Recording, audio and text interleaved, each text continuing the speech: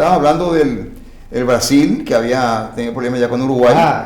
Que se había ofrecido como mediador el Paraguay, con apoyo también del embajador norteamericano, del gobierno sería el norteamericano, de también ofrecer la mediación. Le veía muy bien eso. Entonces, ¿de qué Paraguay, de qué conquistador, de qué emperador del Plata van a hablar después? Entonces el Brasil no acepta nada. Claro, el Brasil ya tenía planificado toda su operación de expandirse. De expandirse, porque ambicionaba todo el territorio que estaba entre el río Blanco y el río Apa. Una discusión que tenían desde hace ya de la época de Don Carlos. Yo creo que antes, fíjate que ellos son, ese libro que yo te obsequié. Los brasileños, los portugueses, siempre desde que llegaron se expandieron. Sí. No pararon, a todos, con el Uruguay se Tordesillas con Perú, no le sirvió de nada. Con Bolivia se expandieron, con todos lados. No, Tordesillas fue, la corona española en manos de los Borbones fue un desastre. O sea que no fueron solamente los ingleses que desbarataron su imperio, sino que internamente, desde España mismo, ayudaron a desbaratar su propio imperio. Con el mal manejo de los últimos reyes que tuvo, ¿no? Carlos III, los Borbones, con la expulsión de los jesuitas. Claro. Si no hubieran expulsado a los jesuitas, otra sería la historia, tal vez. Pero la decadencia empieza ahí. Claro. Entonces, bueno, la cuestión geopolítica es la que hay que ver.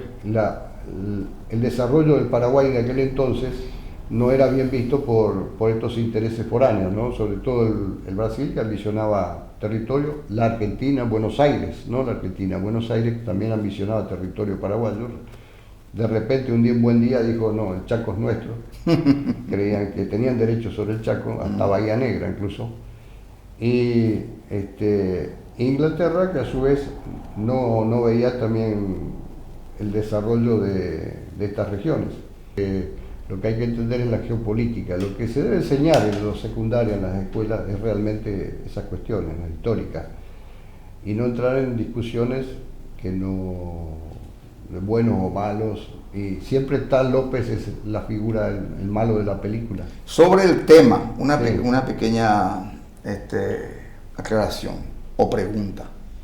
Vos sabés que estamos en el Rincón Patriota. Acá está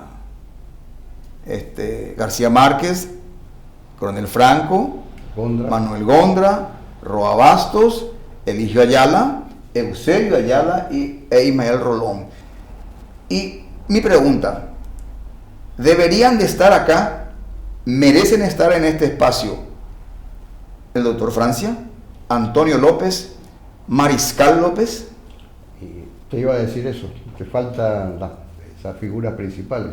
Sí. Doctor Francia, que para mí sin ninguna duda es el fundador el consolidador de nuestra independencia, el padre de la patria, se puede decir tranquilamente. La intelectualidad del doctor Francia fue la que salva nuestra independencia, porque había muchos intereses que le llamaban a los porteñistas para que la Junta de Asunción se someta a la de Buenos Aires, o sea dependiente de Buenos Aires. Y por desavenencias de siglos con el puerto de Buenos Aires, con los porteñistas, los mercantiles, que chocaban los intereses, ellos decían una cosa ahora, después la cambiaban permanentemente, entonces no había buena relación, no existía esa relación. Era más o menos como el Mercosur de antes, ¿verdad? Más o menos, sí. Ahora mismo hay conflictos con la cuestión del peaje que quieren cobrar en los ríos. Sí.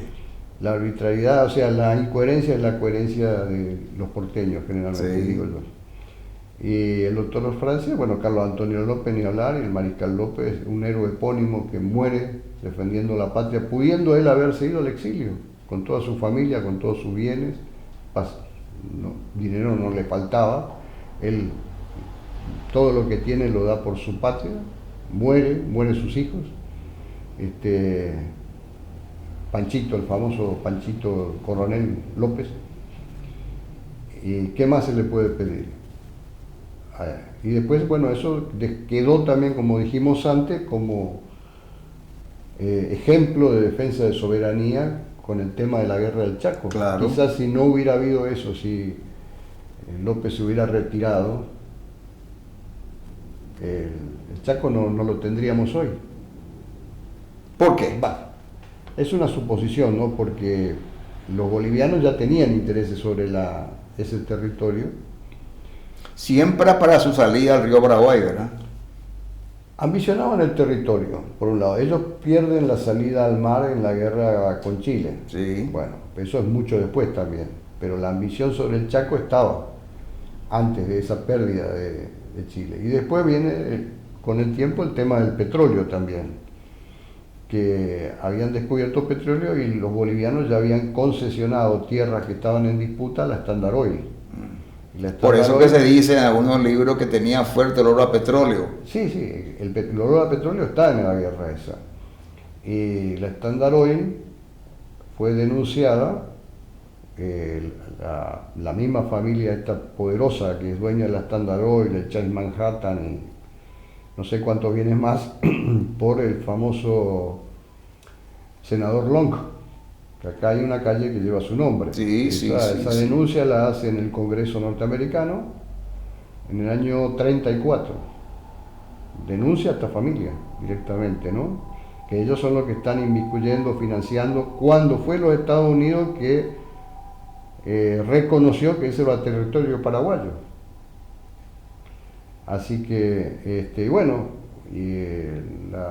la guerra llega, el soldado paraguayo, el ejército paraguayo desaloja al ejército enemigo hasta las estribaciones, llega al Parapití, que históricamente eran los antiguos límites, se reconocía como límites.